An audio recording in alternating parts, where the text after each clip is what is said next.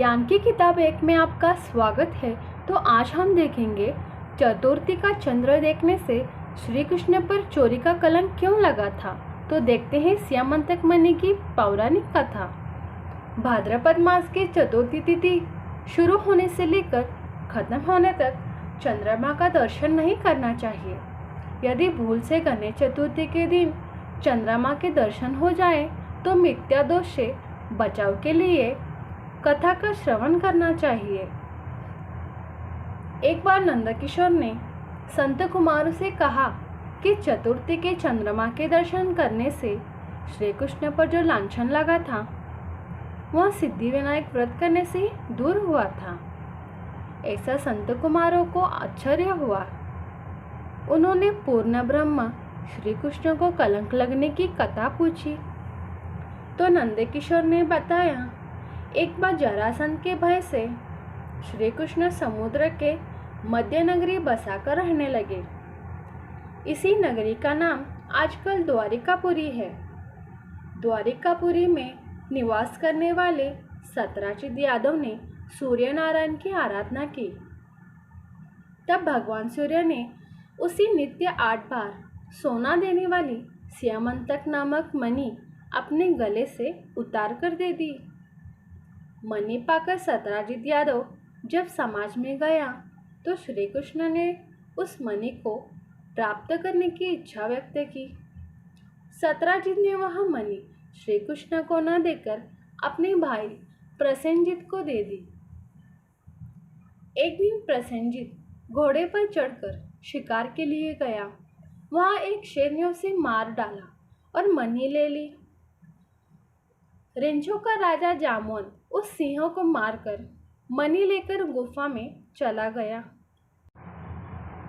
जब प्रसेनजित कई दिनों तक शिकार से न लौटा तो सत्राजित को बड़ा दुख हुआ।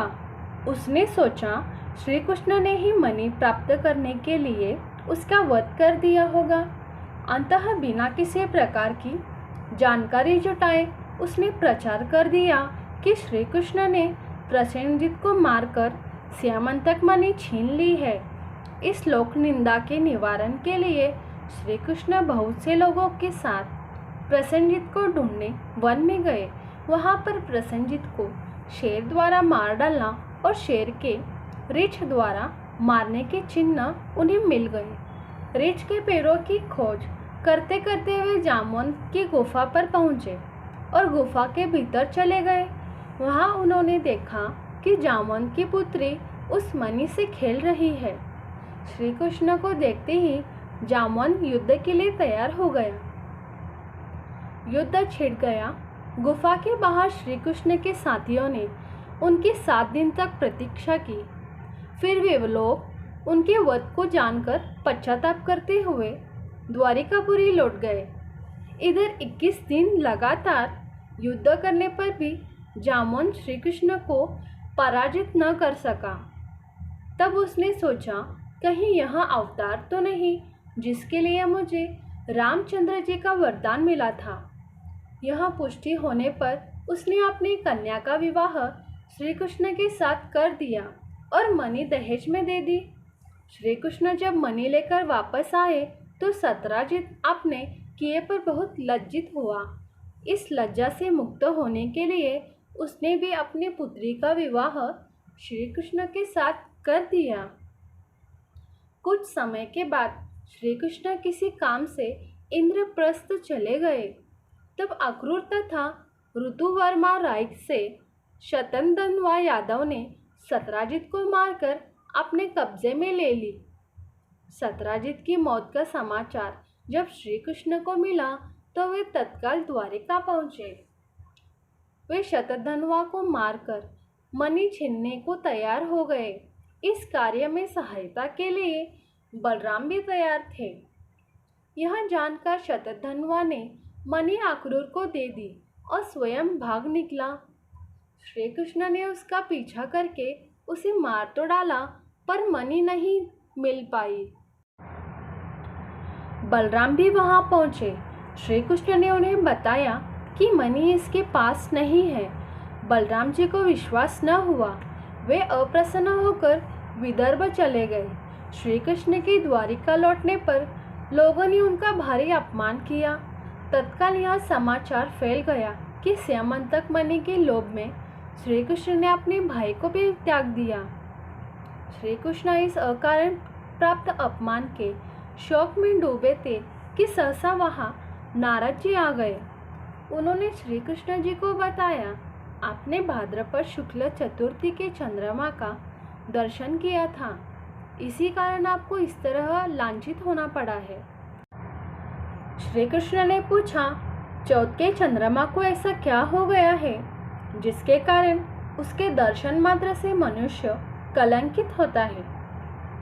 तब नारद जी बोले, एक बार ब्रह्मा जी ने चतुर्थी के दिन गणेश जी का व्रत किया था। गणेश जी ने प्रकट होकर वर मांगने को कहा तो उन्होंने मांगा कि मुझे सृष्टि की रचना करने का मोह न हो। गणेश जी यूं ही तथास्तु कहकर चलने लगे।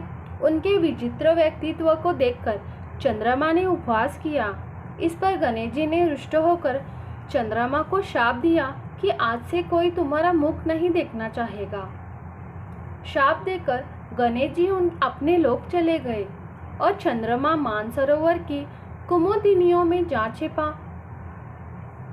चंद्रमा के बिना प्राणियों को बड़ा कष्ट हुआ।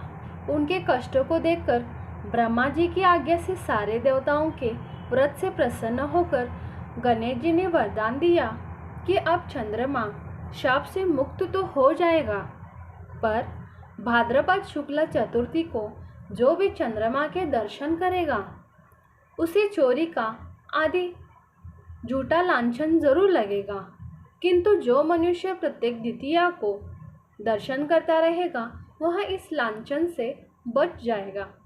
इस चतुर्थी को सिद्धि विनायक का व्रत करने से सारे दोष छूट जाएंगे।